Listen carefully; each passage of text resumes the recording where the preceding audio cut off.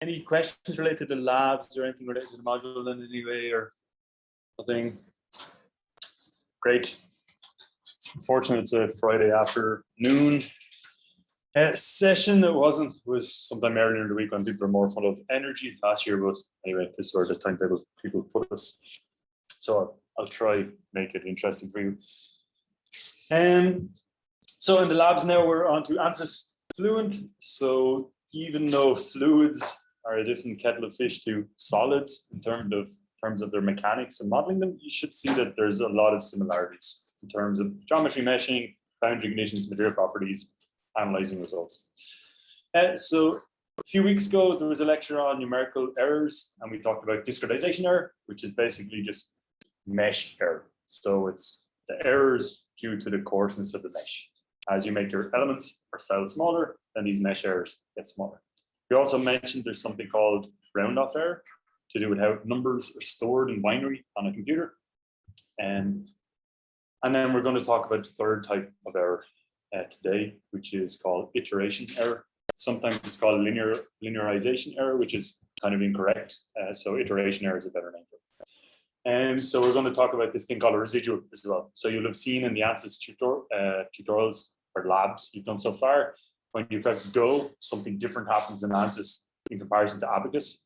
Abacus is just says time step, time step, time step. Whereas in ANSYS Fluent, you'll see that this plot of these so-called residuals are created. So what are those? What did they come from and why do you care about them and how are they related to iteration error? So hopefully you'll understand that by the end of this lecture. So this is the same slide as before. Talking about there's three types of numerical error. Once again, one takeaway from the module is the difference between modeling errors, mathematical modeling errors versus numerical errors. So even if we have small iteration errors, small discretization errors, small round-off errors, the perfect numerical model, if you made the wrong assumptions about what Young's modulus to use or what boundary conditions, the answer won't be similar to reality. So they're maths modeling errors, mathematical modeling errors. Okay, so iteration error. So if you've run any of the Fluent tutorials yet, you'll see something like this when you press go. So you'll see if it was a 2D case for laminar flow, incompressible, you might see this continuity, x velocity, y velocity, and the lines are going down. So, okay, without understanding too much, the governing equations are Navier-Stokes. In a 2D problem, you have three unknowns. It's trying to solve for the velocity in each direction, so x and y in each cell, and it's trying to solve for the pressure, and that's represented by this continuity equation. So these are going down in some way. Down is good. Down means small errors. So we'll try to understand what exactly that means. If you do a transient analysis, you'll see that it goes down and then it jumps up again. And you may realize some correlation between the time steps and it jumping up again. So you can see this is each one of these represents a time step. So what exactly is going on in these?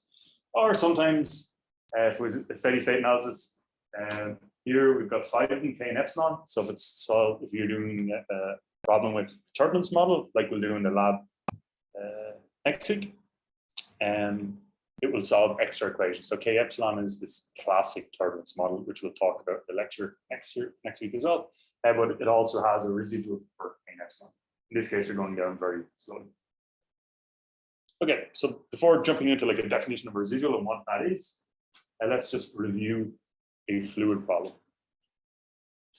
So when we were going through the finite element method at the start, we basically took like a simple problem of a plate with a few holes in it, and we said, well, how do you model that? And then how do we create a simulation of it? So we talked about creating the mathematical model. So look in real life is a mess. You can't describe it perfectly. Describing with simplifying the geometry materials loading. That gives us a maths model, which has an idealization, and then we go to a computer to try to solve that maths problem using the numerical method. So let's imagine we have flow coming out of this pipe. So we're going to make our mathematical model. We're going to have to define geometry, governing equations, material, and loading, just like in a solid analysis. So let's just go through each of those. So mathematical model, it's water. We can probably assume it's incompressible. That's normally fine for water in most scenarios.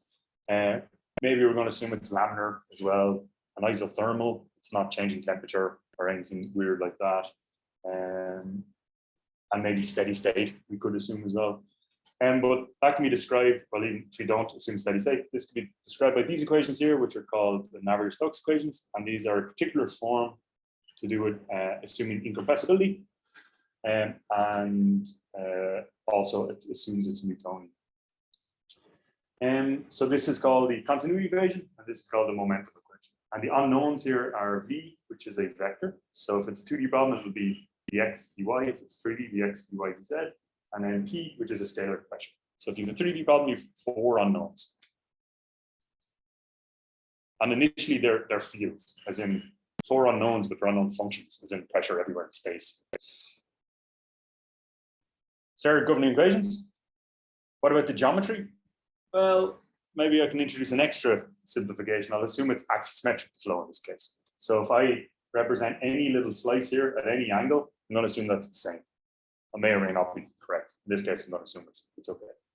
So then I can simplify the problem to be 2D. So if I know what's happening here in 2D, then that means I automatically know what's happening everywhere in 3D if I assume it's axisymmetric.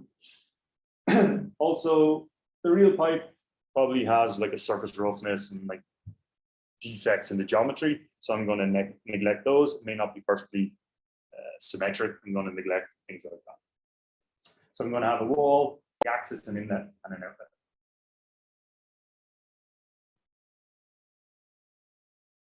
So there are governing equations. That's our geometry. Loading conditions are boundary conditions. So you have to define loading conditions or boundary conditions for all of your unknowns. So if we do a solid mechanics analysis, there's just one unknown, which is the vector displacement. It's always solving for the vector displacement. So you specify something about displacement on each of the boundaries to make this so-called boundary value problem. We're going to know the answer or some part of the answer on that. So it's the same for fluids. We're going to have 4 boundaries here. And the axis is a special one we're not going to talk about. We're going to talk about the inlet, the outlet, and the wall. So typically for a CFD analysis at an inlet, you would specify the incoming mass flow rate or the incoming velocity. So you just say, we know the velocity at the inlet, it is this. So you can either just say that's a uniform value or specify some profile, like a parabolic profile or something. So we're just going to say we know the velocity. On a wall, stationary wall, we do know the velocity. So on a perfect wall, the velocity is 0. The wall will just stop the fluid moving right at the wall. So on a wall, we know the velocity is 0. That means we know the velocity is some set incoming value here, and it's 0 here. Then at an outlet, typically we don't know the velocity. That will come from the simulation. But we often must know the pressure. So in this case, it's a pipe coming out into the room. So it's just atmospheric pressure. It's at the outlet. So we're going to say that's a pressure of 0 because we're using gauge pressure. Gauge pressure is relative to atmospheric pressure. So we're going to say the pressure of the outlet is 0. That's 0 gauge pressure. So that means we have to find the pressure here, the velocity here, and velocity here. But you actually have to find a boundary condition for velocity and pressure on all boundaries. So if we take the wall, and what do we know about pressure? Do we know the value of pressure on the wall? Well, no, we don't. It'll probably drop along the pipe, but in advance of the simulation, we won't know the value of pressure on a wall. So think about like a car in the tutorial lab next week. You're going to do a CFD analysis of like a little car flow around the car to calculate the drag on the car. So the pressure hitting the car, well, that will depend on the complexity of the fluid flow. So what do we know about pressure at the wall? Well, there's kind of this thing for boundary conditions that if you're not too sure about something, about the value, you can instead prescribe something about how it varies away from the boundary. So you can either specify the value of something, and that's called a Dirichlet condition. That's where you know the value. Or you can specify what's known as a Neumann condition. And that's where you don't know the value, but you know how the value is changing. So that's like the slope of it or the gradient of it.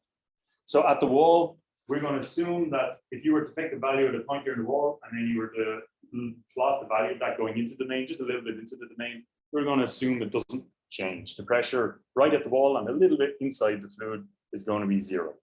So the gradient of the pressure going inside the domain is 0. And so that's called a 0 normal gradient condition. So we're going to do that for the pressure at the wall and at the inlet. And then for the outlet, where we don't know the velocity, we're going to do the same thing. So we're going to assume the velocity at any point here is the same as the velocity just a little bit inside. It's kind of like if you're not too sure what's happening, but you know that it won't be changing too much in that direction, then it's normally okay to set a condition like that. So Fluent, you don't really have to do anything. It does that for you, but that's what it's actually doing. I'm just adding some comments here to, if you were to go back and look at the solid mechanics analysis, just to see how it compares when you set up a solid mechanics analysis versus a CFD analysis. Okay, so representation of the geometry. So we may have our ideal mathematical model, but then that has to be represented then in your numerical model. So talking a bit about the numerics now. So as you've hopefully got used to now, we'll represent it by a mesh or a grid. And that's where we split it up into cells or elements. So there's some different nomenclature. Typically, when a method uses the finite volume method, which is what ANSYS Fluent does and OpenFOAM does, they call these cells or control volumes. Whereas in Abacus, which uses the finite element method, they normally just call them elements. But they're just the same thing. It's just they were developed independently and they came up with the same names. So I'll interchangeably use element, cell, control volume. They're all just one of these little squares or triangles or something. And so this is one of these, a cell could be called an element or control. So we split up our domain into these little cells and we make certain assumptions about each one of these. So for each one of these, in the finite element, when we were doing the finite element in Abacus, we were going to say the unknown displacements at what we call the vertices or the nodes. But in finite volume method, which Fluent uses, it stores the unknowns at the cell centers or the cell centroids, the center of the cell, like the center of mass, basically. So this is where our unknowns are going to be. So the pressure and velocity here, they're unknown everywhere. And they vary everywhere in space. Like they're defined at an infinite number of points. Like there's some unknown functions. So we're going to discretize these equations, which basically means, can we rewrite these equations instead of unknown functions? Can we just rewrite these equations in terms of values at particular points? So rather than just writing this like this, can we just write this as well? It's like summing around these cells. So it's like this value plus this value plus this value plus this value. So it's just like a simple, like one of multiple simultaneous equations, just an algebraic equation. We're just going to rewrite this as some sum of values at these green or red points. So the way that works is we'll apply these to one cell and we try to say, well, how do we write this for this one cell? Write it in terms of values of velocity and pressure at these green and red points. So it'll be some function of the value in the cell we're looking at, but also of the neighboring cells, like in the local neighborhood. So one thing we just don't have time in this course, but it's a more focus of CCM1 is how do you actually do that? How do you actually go from this to this discretization step? And so that's the finite volume method is one way to do that, finite element is another way to do that. So in the end, if you can follow that, you'll end up with something like this. So this first equation and this second equation, I'm not sure the order here if it matters. Oh yeah, so this one has these and these. So this represents that one, this represents this one. So if I take this one here, and you'll be able to derive from the finite volume method and some algebraic equation where it's just some number, which could be a vector or a tensor, or could be scalar, multiplied by the velocity at the red point, plus some other number by the velocity at green point 1, maybe that might be green point 1, plus some other number by the velocity at green point 2, etc., etc. So typically it depends only on just the local cells here or maybe the corners as well. So that's the discretizing the equation, and that introduced a bunch of errors like discretization there. So to do that step, we maybe had to assume the velocity was varying linearly across the cell or something like that. And that's why when we refine the mesh, this gets closer to the original answer. And you can do the same for this one. So that will be a function of the velocities in red cell and all the green cells, but also the pressure, because we have an unknown pressure. So it'll also be some other numbers multiplied by the pressure here and the pressure there. Yeah. So if we look at this now, we have, this is a vector equation. So it's like 3 scalar equations. And this is a scalar equation. So we have 4 scalar equations. But how many unknowns do we have? Well, we have the unknown velocity, x, y, or x, y, and z in each one of these points, and the pressure. So we have 4 unknowns for every point we include. So we have way more, we can't just solve it based on one cell. We've, in this case, if we use all the points, we have 9 points and 4 unknowns in each one. So that was 36 scalar unknowns, and we've only 3 equations. So like we're nowhere near being able to solve that. So how can you solve that? So this is going to skip for me. Oh, I jumped too fast. Well, if we just apply the same method to each cell independently, so that gives us 4 scalar equations. Now we just go through all the cells in the entire mesh, and then we'll get 4 scalar equations for all m cells if we have m cells. So we can have a big list of simultaneous equations, and then we will only have 4 times m if m is the number of cells unknowns. So then we have the same number of equations as unknowns. So if you take this top corner cell here, and its equations will be a function of maybe the velocity and pressure in that cell and the cells just around it.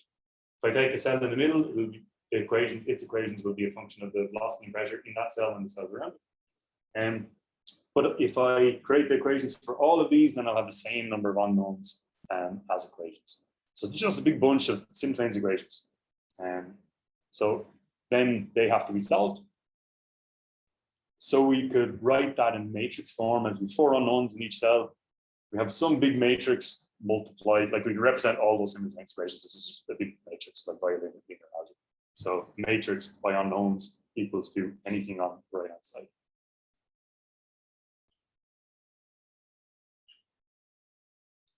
So I'm skipping over some of these things are just to help you fill out the quizzes. If you go back, I add some extra commentary. So how do you solve that?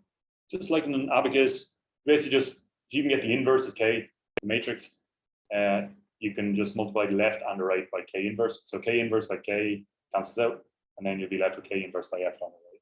So this is the slow part. This is the part we're waiting for when we press go. So if we do that, that would give us our velocity and pressure in every cell.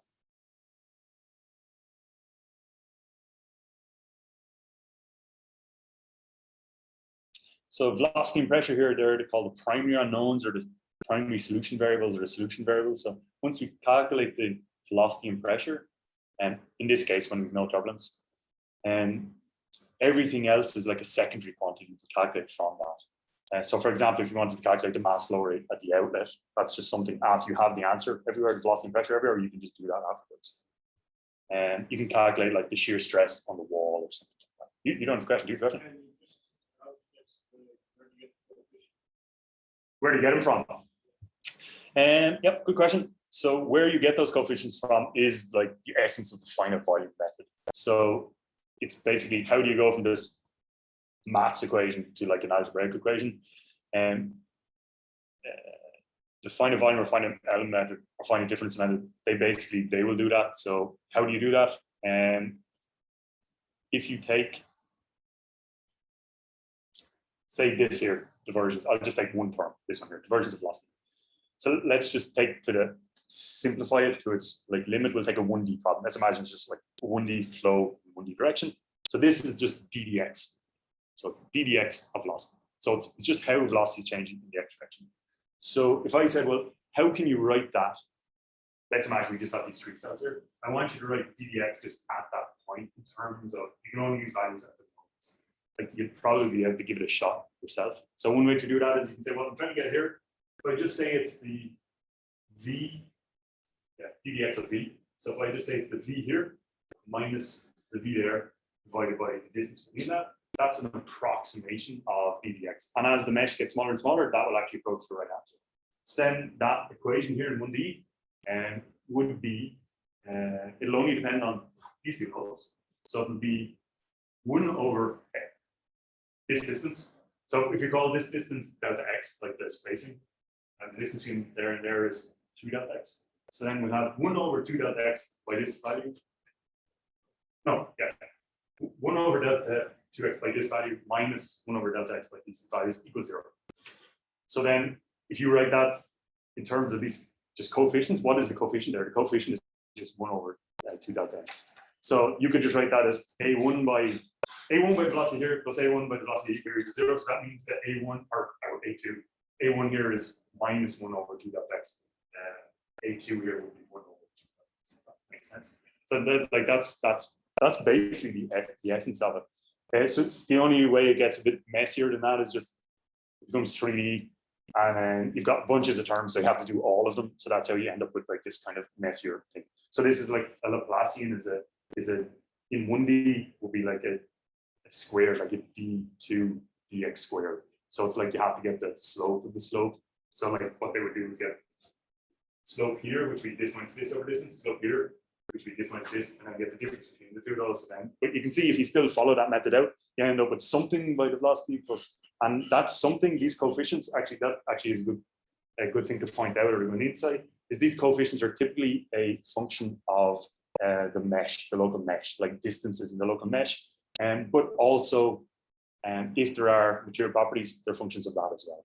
So like here you have a viscosity or a 1 over density. So you would expect that coefficients will be like something like 1 over distances or 1 over distance squared by distance. So that's where they come from. And I think I have another set of slides where I maybe don't have time for it to go through in the lecture, but it goes a little bit more detail. That's kind of the idea.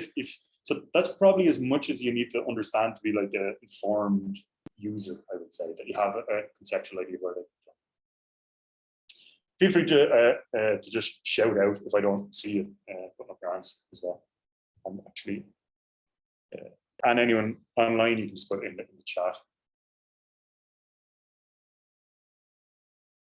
Okay, so then you plug all those things. So that matrix, literally all the numbers in those matrices will be just like 1 over delta x's, stuff like that. Or if it's 3D, it'll have like delta y, delta z's, things like that. Or typically it'll be like the area vectors or volumes and things like that. So you'll solve that, and that will give you velocity and pressure at every point. However, there's a little bit more of a complexity here for fluids versus solids. So in fluids, we have something that's known as the convection term. So there's this term here where you have the divergence of a velocity by a velocity. So that means in terms of your unknowns, which are velocity and pressure, it's non-linear in terms of velocity. So by non-linear, I mean you can't write it as some a coefficient by velocity, because there will be a velocity squared. You can't get rid of the velocity squared. So what do they do? Well, you just take one of these velocity squares and you just assume you know the value. So you just take the old value for velocity for one of them, or the last guess, and then you just write the coefficient will be just like 1 over your delta x's by the old velocity, which you assume you know is a known number, multiplied by your unknown other velocity. So that's called a linearization step. That's where they take a non-linear term and they linearize it. So that means there's actually like the old value of u appears in the k. So your matrix, your coefficients actually are a function of what you're trying to solve. So that means it's a non-linear partial differential equation. It's a non-linear simultaneous equation you're getting. So what does that mean? Well, it means that k now is a function of velocity. So it means when we solve it, we have to just assume some value of velocity to get a k. Then we solve it, we get a new velocity pressure. But that's not the actual correct velocity pressure because we assumed u was constant for the k. So then we take that new u, sub it back in, recalculate k, and then go again. And we do that over and over again, and then cross our fingers and hope it converges. So conceptually, how this works, if you imagine we are trying to solve for a given time step, and the problem we're trying to solve is k, which is a function of velocity, by our unknown velocity and pressure is equal to f. So what we do is we take this I, which is like the latest guess of u. So we just use our known values of velocity to calculate k, and then we solve to get a new I plus 1 value of velocity and pressure. And then we update our I, and then we go again where we recalculate the k each time.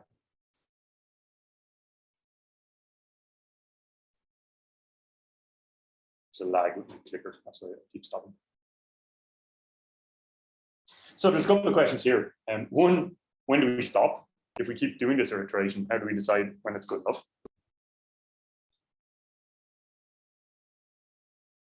So how could we do that? Well, we know we found the answer when this is true. So when we have a value of u, and when we plug it into a k and we multiply by the current value of u, it will equal to f exactly. So we found the right answer when that left is equal to the right. Or if I bring the f over to the left-hand side, if I say the difference between those is equal to 0. Then when that's equal to 0, we know I found the right answer. However, while we're doing this iteration and K is calculated with the previous guess of U. This won't be ever exactly equal to 0. So it will be equal to some small value, which is a measure of error, and that's called the residual. So the residual, like a residual, like the English word residual means like a little bit left over or something like that. So it's kind of like this imbalance in the equation. After we solve it, that's called the residual. And typically this number, if you actually take this actual number, it's like some absolute value. It's like force or in newtons. So if you have a big mesh doing a CFD of a car versus CFD in a MEMS device, the MEMS device is a small problem. It'll have small residuals. The car will have big residuals with big cells. So it's normally useful to normalize that in some way to make it dimensionless. So they will often scale it by something about the problem that it becomes dimensionless. So if we have a residual that's 1 × -6 in a big problem versus a small problem, they kind of mean the same thing. They're the same relative accuracy. So they're often scaled residuals. So they get multiplied by some scalar just to make them dimensionless. So the way the method essentially works is you take your best guess for velocity, go to the first time step, you take your first guess for velocity, which might be 0 everywhere. You calculate K based on that. We'll have 1 over delta X's and all that stuff, and it will have this U equals velocity, which might be 0. Make your big matrix. F will be things like gravity and boundary conditions. And then you multiply by the inverse of this matrix on the left and the right. So then you get new velocity pressure is equal to K inverse by F everywhere. That gives us new velocity and pressure everywhere. And now I take my new velocity and pressure, recalculate my K, multiply that by K by my latest velocity and pressure, and take it away from F. And then if we have the right answer, it'll be equal exactly 0. But because it's like lagged a little bit, I'll be left over something and scale it. That gives me a residual. And typically the residual, you have a residual for every cell. So they often just add them up and get the average or get the root mean square average or something like that. So that's what this scale residual is. Go to the next iteration increment this incrementer. So this represents 1, 2, 3, like this will go 2 iterations. And then we'll say, well, if this residual is greater than our tolerance, let's say 1 × -3, if it is bigger than that, like it's 1 × -1, then go again. So then we go back over here. Now I is like I plus 1 and I plus 1 is I plus 2. So it's gone to the next increment. Recalculate that, check it again, check the residual, is it going down? So that's what these things are. So you can do a residual for the x direction of momentum, like the x velocity, the y direction momentum, and the pressure. And if you have a turbulence model, you may solve the equations as well. So that's what these are, and that's what when Fluence calls them scaled residuals, is because they are scaled or normalized residuals. They're dimensionless residuals. And so what is good enough? Well, there isn't actually a simple answer. Some physical problems, like if you're interested in like the particular velocity at an exact point in a particular flow, maybe that particular problem needs residuals converge 1 × -9 to have like errors of the order of like 1% or something. But another problem, if you're looking at just the global mass flow rate, 1 × -1 might be fine. So it really is physics based. However, if you look at what the default in ANSYS is, it's 1 × -3. So they just think that's okay. Typically that's on the looser side. So OpenFOAM often defaults, as we'll go on to in the week 6 to or 7, 8, 9, might use like 4 or -5 or 6. So it really depends. So this is something, if you do in your mini project, you do a CFD analysis, and it might be something you need to check this iteration of. So one part of the mini project, you'll have a little section where you'll check the numerical errors. So you'll check the mesh, you can do your GCI, and then you can check the iteration errors are also small.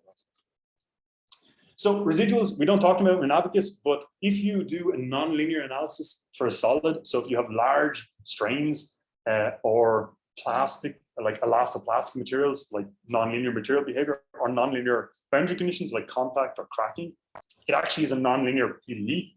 So Abacus just doesn't give you control of residuals, it just hides it in the back, and you know the monitor, it'll tell you how many iterations it does, but it doesn't really give you control over it. So it actually has to do the same method. And the way it does those iterations, it uses what's called a Newton-Raphson method, which you have heard, and that's the way it iterates. So typically this residual, it's just traditionally in CFD, this is the way they present it, and this is the way they develop the softwares. Whereas for finite elements, they started with linear problems and added nonlinear, and then they didn't bother like using, like showing the user residuals and stuff.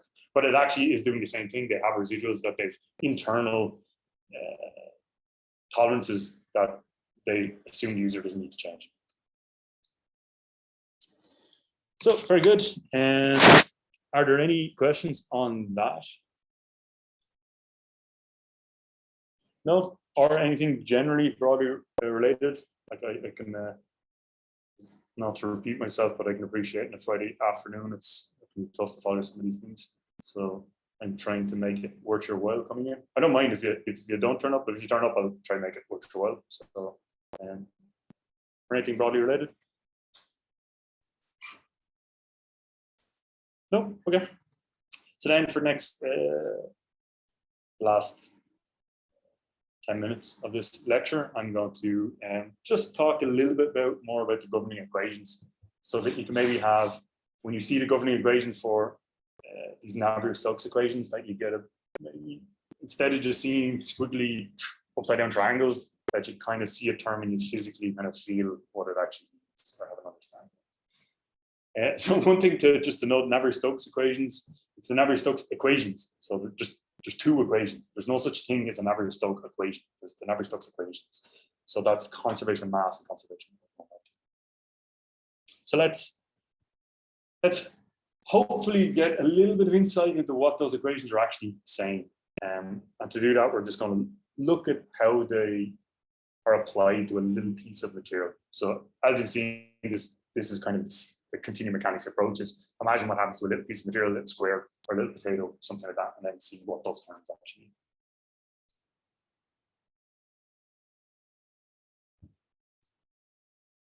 So not in these slides, but in other slides that I haven't gone through, we give the original Navier-Stokes equations, which have densities and other things in it. But like assuming that the density is not constant, you have the original Navier-Stokes equation. So I've started with the incompressible form, so I've already assumed that the density is not changing.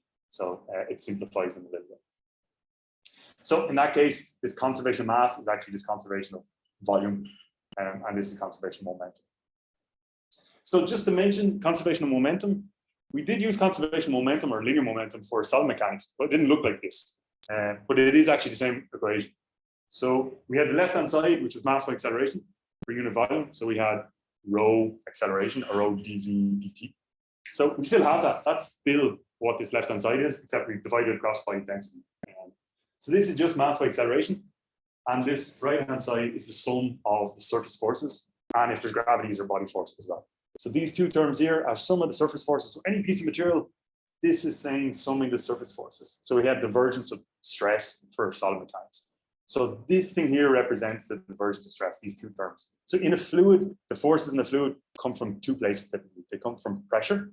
So if there's differences in the fluid pressure, either side of a piece of material, if it's high pressure here, low pressure here, you get a net force pushing it one direction. So that's represented by this term here, this grad P.